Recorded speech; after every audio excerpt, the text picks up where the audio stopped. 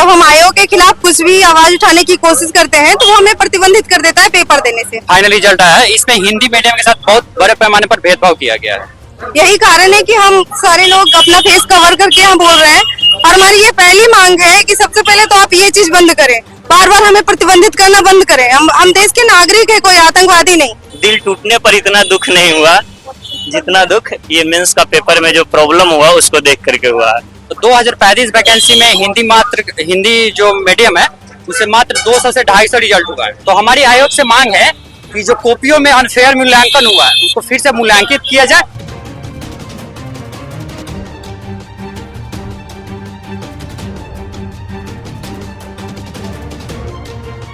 एक बार फिर छात्रों का अनिश्चितकालीन धरना शुरू हो गया है।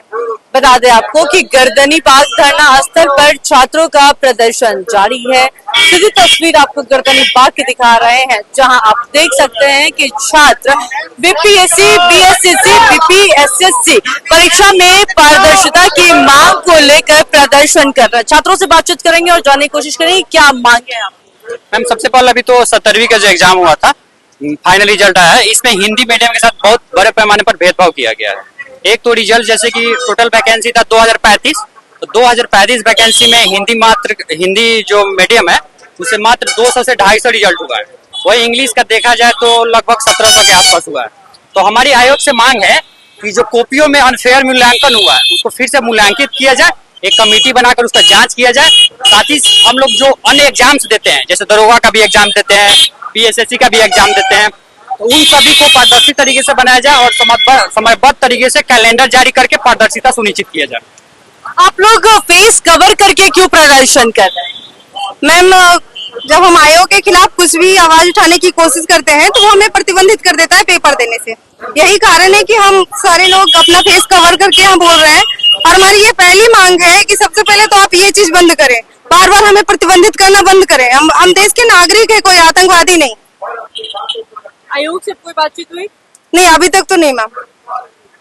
क्या रणनीति है और बहुत सारा मेल और विभिन्न स्तरों से हम लोग कनेक्ट करने की कोशिश किए हैं, लेकिन आयोग की तरफ से कोई मतलब एक तरीके से पारदर्शी या कोई कंक्रीट कोई जवाब नहीं दिया जा रहा। एक पॉडकास्ट भी हुआ था, उसे माननीय जो कंट्रोलर साहब थे वो कहीं ना कहीं एक तरीके से हम लोगों को एक मतलब गलत डाटा देकर, और जो हम लोग आरटीआई के माध्यम से डाटा मांग रहे हैं तो डाटा देने से भी उन बहाना बना रहे हैं। तो मेरा आयोग से सीधे सीधे सवाल है कि हमारी जो बातें हैं उनको सुना जाए और जो डाटा हम आरटीआई के माध्यम से मांग रहे हैं, कॉपी का मूल्यांकन कैसे हुआ है, इसको हम लोग बात रख रहे हैं, तो उनको आयोग को चाहिए कि आगे आकर हमारी मांगों को रखें, हमारी बातों को सुने।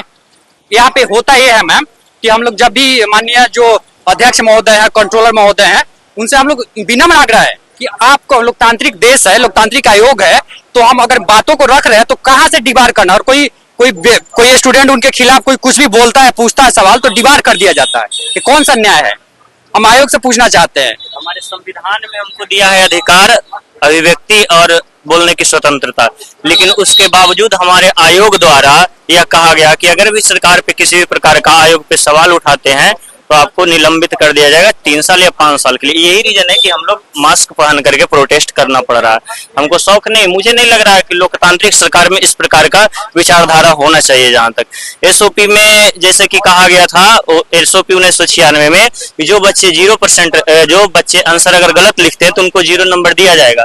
लेकिन आयोग जब अपने ब्रॉडकास्ट में आती है, जब वो सोशल मीडिया पे आके बोलते हैं, तो वो क्या कहते हैं, कम से कम 200 से प्लस ऐसे बच्चे हैं जिनका हम नंबर जो है वो हम बढ़ाए हैं। तो ऐसी कौन सी वो पारदर्शिता की बात कर रहे हैं जिसमें आखिर वो किस प्रकार की लिबरलिटी के आधार पर उस बच्चे का नंबर बढ़ाए हैं, है ना। तो हमारी उस प्रकार की जो है पारदर्शिता सुनिश्चित की जाए एग्जाम को लेकर के, और हमारी मांग जो है सिंपल और पारदर्शी एग्जाम वो पूर्ति किया जाए। जैसे एईडी को स्लोगन वही लिखा हुआ है कि दिल टूटने पर इतना दुख नहीं हुआ जितना दुख ये मेंस का पेपर में जो प्रॉब्लम हुआ उसको देख करके हुआ है। और कहीं न कहीं ये आजकल के हमारा जो गरीब समाज से हम लोग जो बिलोंग करते हैं, किसान के फैमिली से, तो इस प्रकार से जब आयोग द्वारा धांधली किया जाता है तो हम लोग से स्वाभाविक सी बात है उससे ज्यादा इफेक्ट करेगा। अरे दिल वाला प्रॉब्लम तो 4 दिन चलेगा, लेकिन ये प्रॉब्लम जिंदगी तक चल जाता है अगर हमारे साथ इस प्रकार का अनैतिक पूर्ण खिलवाड़ किया जाता है। ट्रांसपेरेंसी की आप लोग मांग कर रहे हैं कि परीक्षा में ट्रांसपेरेंसी होनी चाहिए। जिस तरीके से लगातार पेपर लीक हो रहा है, धांधली हो रहा है, इससे बच्चों के भविष्य पे कितना प्रभाव पड़ रहा है, आप लोगों के भविष्य पे कितना प्रभाव पड़ेगा? हम लोगों के साथ साथ आने वाली पीढ़ी पर भी प्रभाव पड़ेगा। यदि अगर देखा जाए तो पारदर्शी अगर एग्जाम नहीं होता है तो गलत अधिकारी का चयन होगा, जो योग्य अधिकारी नहीं रहेंगे उनका चयन होगा, और अगर अयोग्य अधिकारी प्रशासनिक व्यवस्था में जाते हैं तो देश में एक तरीके से सुचारू रूप से शासन व्यवस्था का संचालन नहीं हो सकता है। ये आपको भी पता होगा कि किस प्रकार से अनैतिक पूर्ण व्यवहार किया जाता है जब प्रोटेस्ट या फिर बच्चे अपनी मांग को लेकर के आते हैं। तो बहुत सारे ऐसे भ्रष्टाचारी अधिकारी का आप लोग भी वीडियो देखते होंगे। तो जब इस प्रकार के अनैतिक पूर्ण नियुक्ति होगी तो इस प्रकार के भ्रष्टाचारी का जो है हमारे सिस्टम में एंट्री ज्यादा होगा और हमको समस्या देखना पड़ेगा। यहाँ तक कि एईडीओ का जब एग्जाम का बात हुआ तो उसमें भी सरकार 2 बार पोर्टल खोल करके एग्जाम कराई, लेकिन बावजूद उसके एग्जाम फिर कैंसिल कर दिया गया, है ना। उसके बाद फिर एसएससी का एग्जाम का तो आपको पता ही है कि 2014 में जो वैकेंसी आया था उसका 2022 में क्लियरेंस हुआ। 2023 में जो दोबारा वैकेंसी आया उसको 2 बार पोर्टल खोल लिया गया है और अभी तक उसका फाइनल जो है कैलेंडर जारी नहीं किया गया कि एग्जाम कब दिया जाएगा। तो अगर देखा जाए तो दरोगा में भी उसी प्रकार के लोग लटका करके रखते हैं। दरोगा में होता क्या है कि फाइनल रिजल्ट में सिर्फ रोल नंबर दिया जाता है। अब आप ही बताइए मैम, हम क्या लिखें, हम गलती किए तो ये हमारा अधिकार है ना जानने का कि हम गलती क्या किए। अगर आप लोगों की मांग पूरी नहीं होती है तो आगे की क्या रणनीति होगी आप लोगों की? जब तक हम लोगों की मांग पूरी नहीं होती है तब तक हम लोग यहीं पे रहेंगे, क्योंकि वैसे भी तो कुछ हो नहीं रहा है। हम लोग पेपर देते हैं, जैसे कि मेंस, कब तक धरना पे बैठे रहेंगे आप लोग? जब तक हम लोग का मांग पूरा नहीं होगा। और मैडम सिर्फ ये है ना कि बीपीएससी का बात हम लोग यहाँ पे कर रहे हैं, ये तो सबसे बड़ा है। जैसे कि मैंने खुद भी दिया था और हमारे कई सारे फ्रेंड्स हैं उन्होंने भी दिया था जो कि यूपीएससी की तैयारी कर रहे हैं। उन्होंने क्या है कि इंटरव्यू वगैरह भी दिया है, लेकिन उनका हर एक बार 1 नंबर 2 नंबर से नहीं होता है। और इस बार तो बहुत अच्छा लिख के आए फिर भी नहीं हुआ उनका। तो हम लोगों की यही मांग है कि किस तरीके से कॉपी चेक होता है। कई सारे ऐसे बच्चे हैं जो अच्छे होंगे, नो डाउट उनका सिलेक्शन हुआ है, हमको उनसे प्रॉब्लम नहीं है, लेकिन जिस तरीके से कॉपी चेक होता है वो चीज पूरा ट्रांसपेरेंट होना चाहिए। और जो बीपीएससी है बिल्कुल अकाउंटेबल होना चाहिए कि किस तरीके से वो एग्जाम कंडक्ट करवाती है।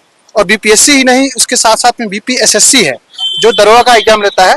मैडम मैं खुद ही जैसे कि प्री निकाला हूँ उसका। उसके बाद क्या है कि हमारे मेंस में वो कभी भी रोल नंबर ही सिर्फ देता है, कितने मार्क्स आए, इवन कॉपी तक भी नहीं देता है। देखिए, परीक्षा में ट्रांसपेरेंसी की मांगों को लेकर छात्रों का अनिश्चितकालीन धरना शुरू हो चुका है। गर्दनीबाग में छात्रों ने साफ तौर पर कह दिया है कि जब तक हमारी मांग पूरी नहीं होगी हम लोग धरना देते रहेंगे। अब ऐसे में देखना काफी दिलचस्प होगा कि बिहार सरकार इनकी मांगों को पूरा करती है या नहीं। कैमरा पर्सन पवन के साथ मैं पूजा शर्मा, न्यूज़ 11 भारत, पटना।